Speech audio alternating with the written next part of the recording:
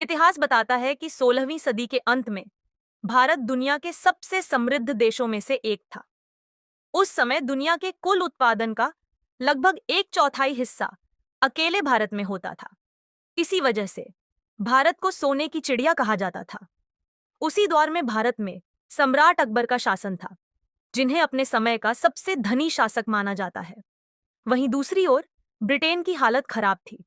गृह युद्ध के कारण ब्रिटेन की अर्थव्यवस्था कमजोर थी और वैश्विक उत्पादन में उसकी हिस्सेदारी सिर्फ 3 से 4% रह गई थी। भारत की अपार संपदा की खबर जब ब्रिटेन पहुंची, तो साल 1600 में 200 ब्रिटिश व्यापारियों ने मिलकर ईस्ट इंडिया कंपनी बनाई। महारानी एलिजाबेथ प्रथम ने भी इस कंपनी को समर्थन दिया।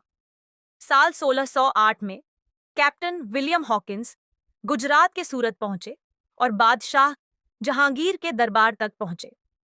शुरुआत में जहांगीर ने पुर्तगालियों के दबाव में अंग्रेजों को मना कर दिया, लेकिन बार बार के प्रयासों और व्यापारिक लाभों के लालच में आखिरकार अंग्रेजों को व्यापार की अनुमति मिल गई। इसके बाद अंग्रेजों ने सूरत, मुंबई, मद्रास और पटना में अपनी फैक्ट्रियां स्थापित की।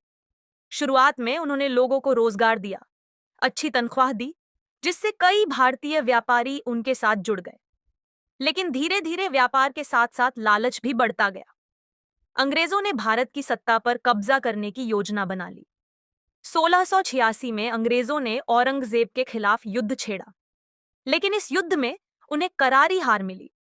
तब उन्हें समझ आ गया कि वे मुगलों को सीधे युद्ध से नहीं हरा सकते। इसके बाद अंग्रेजों ने अपनाई एक खतरनाक नीति, डिवाइड एंड रूल, यानी फूट डालो और राज करो। 1707 में औरंगजेब की मृत्यु के बाद मुगल साम्राज्य में आंतरिक संघर्ष शुरू हो गया।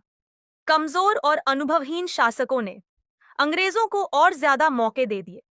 इसी बीच पर्शिया के आक्रमण और भारी लूट ने मुगलों को पूरी तरह कमजोर कर दिया।